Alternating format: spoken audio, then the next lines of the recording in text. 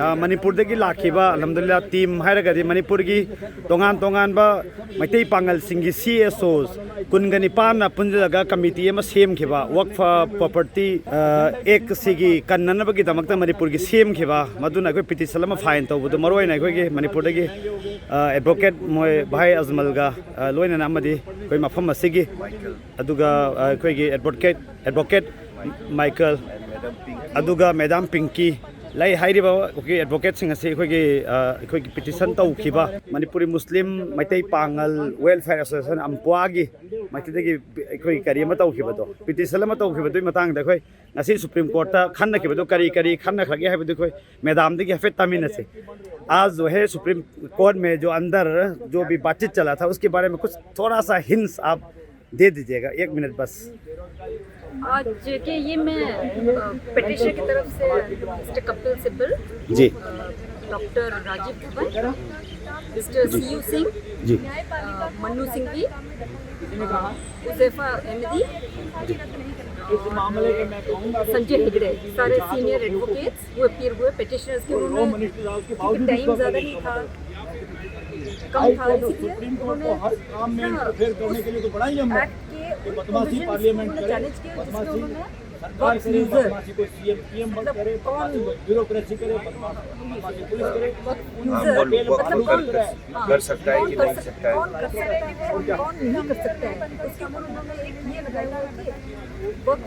वो कैसे दे सकते हैं, उसका नाम मतलब वो हटा दिया हुआ जैसे अगर आप वक्त करना चाहते हैं कोई वो करना चाहते हैं तो 5 years का मुस्लिम होना चाहिए जैसे ये में, और तब जाकर वो वक्त कर सकता है। मतलब अगर वो 5 साल से कम अगर वो वक्त नहीं कर सकता है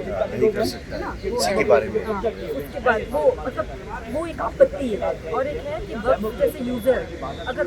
एक मुस्लिम अपना कोई भी अपनी खुशी से कोई भी लैंड या जो भी घर संपत्ति या जो भी अचल जो भी संपत्ति अगर वो वक्फ करना चाहता है तो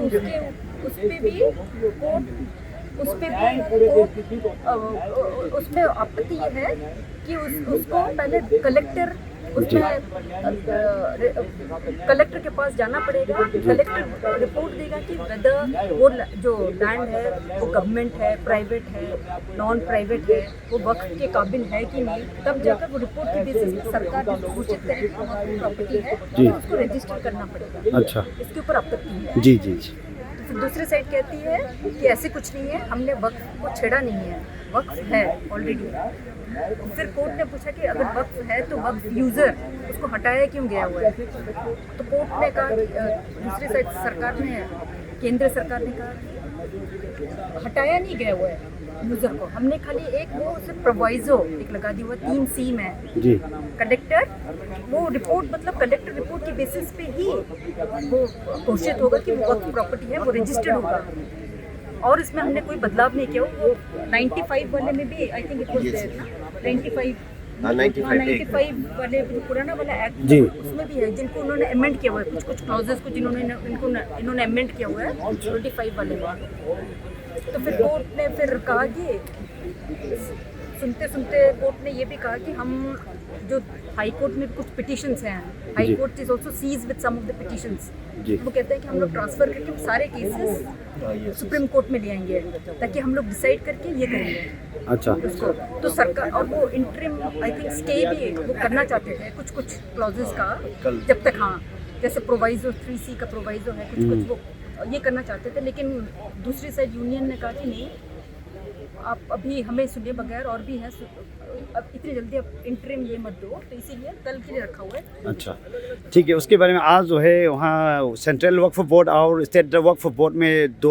कम से कम उसके कमेटी में वो सब डिसाइड होगा। अच्छा, मुस्लिम